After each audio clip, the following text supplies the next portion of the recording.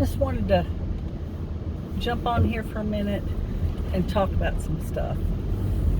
This weekend, I saw a post that indicated that AG Barr, Bill Barr, was part of the January 6th setup, and that there's documents to this effect, true evidence, and this was put out by Project Veritas.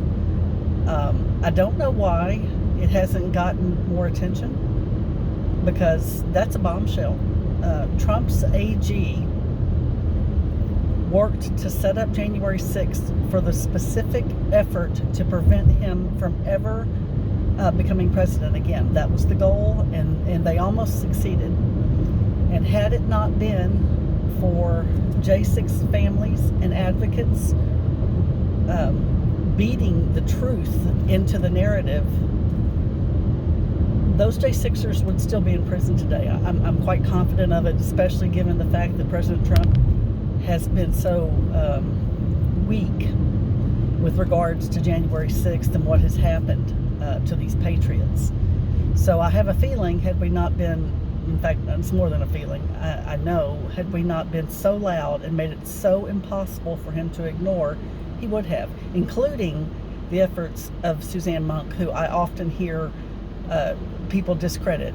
But Suzanne Monk organized the visits at the prison so that on January 20th, so that if Trump did not pardon these patriots, he would have looked really bad on his first day in office. And all of that was organized and designed by Suzanne Monk, and yet she is treated really poorly often. And that's a whole other story, but that's a shame, because Suzanne's done great work, and I've been fortunate to work with her and learn from her, because she is brilliant. So that's part of it. But I also want to talk about Jeremy Brown again, because I reached out to the person who reached out to me in the weaponization committee working with the FBI, Ed Martin's team, Ed Martin.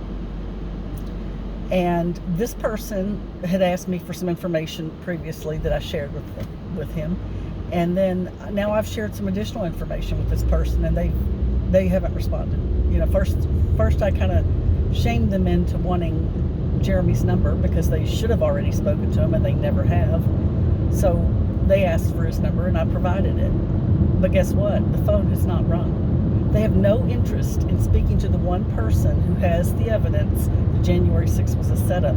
Prior to President Trump even announcing January 6th, there were Homeland Security agents trying to recruit Jeremy Brown, and maybe others. But Jeremy has been outspoken about it, and he recorded the conversation. So there's no debate about it. It's fact. But yet, Ed Martin has not called Jeremy Brown.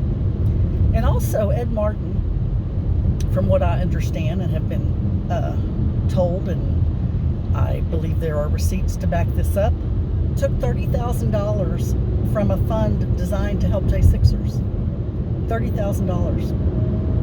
And now he's in charge of weaponization and the January 6th event. He is also the person, and I know this from personal information provided to me that makes it indisputable. Ed Martin and Will, I always forget how to pronounce his name, but Will Shafley, something like that, who also works with Ed Martin, said and advised President Trump not to pardon the Proud Boys and the Oath Keepers. And they named specifically Joe Biggs. Joe Biggs, the two-time Purple Heart recipient who stood up for his country in ways that we cannot imagine. They said that he should not be pardoned. Even though they know that J6 was a setup and that all of them were entrapped. They know it. They have the evidence of it, and they are trying to run out the clock on January 6th defendants. And Trump is letting them. He is letting them. He is letting Pam Bondi do nothing, and Ed Martin is running out the clock. Pay attention to how much time Ed Martin spends on social media. Now, it may not just be him posting, but there are times where it is him posting, and he's telling Alex Jones that, oh my God, he's working 7 days a week. He's nonstop. His wife is, she's okay with it, but she's saying he's just working to death and yada, yada, yada. Well, guess what?